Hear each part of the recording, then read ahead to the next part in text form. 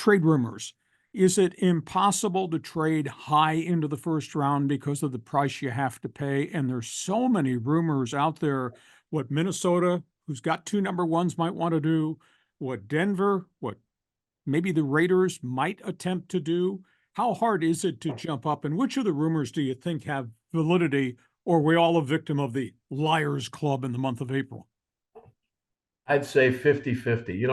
The one of my favorite people in the NFL is the late Bill Tobin, and he just passed away. So I'm going to mention something he told me once. He says, "You listen to all the rumors, believe a third of them."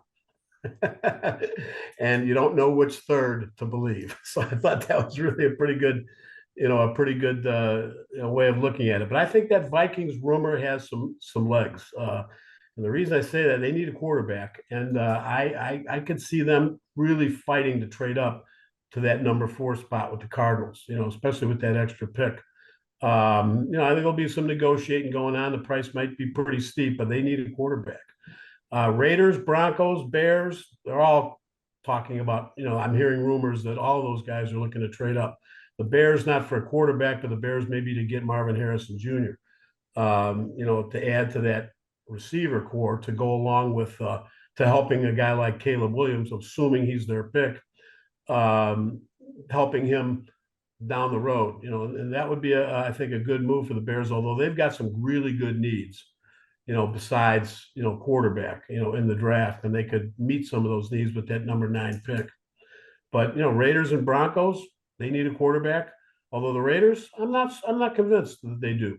I think they like the guys they got. McKinsey and Aiden O'Connell. I think they may just let those guys fight it out. And Denver, I think Sean Payton's got his eye on some quarterbacks down the line too that he would be able to take. So we'll see. The deal would have to be right. The guys that would trade back, we've heard New England, and I don't know whether that's smoke and mirrors because they desperately need a quarterback. But boy, if you trade out of number 3, you could probably get a bonanza of picks, late first round picks, second round, third round. Obviously, Arizona needs receivers, but they could drop down a few slots and probably still get a really good receiver. Right. The Chargers out here are the most unique one because they're going to get a gem at number 5, but if they trade back, they could get multiple picks and still get really good football players. So the philosophy of what New England might be thinking, what Arizona will probably do, and what the Chargers might or might not do. Quick thought?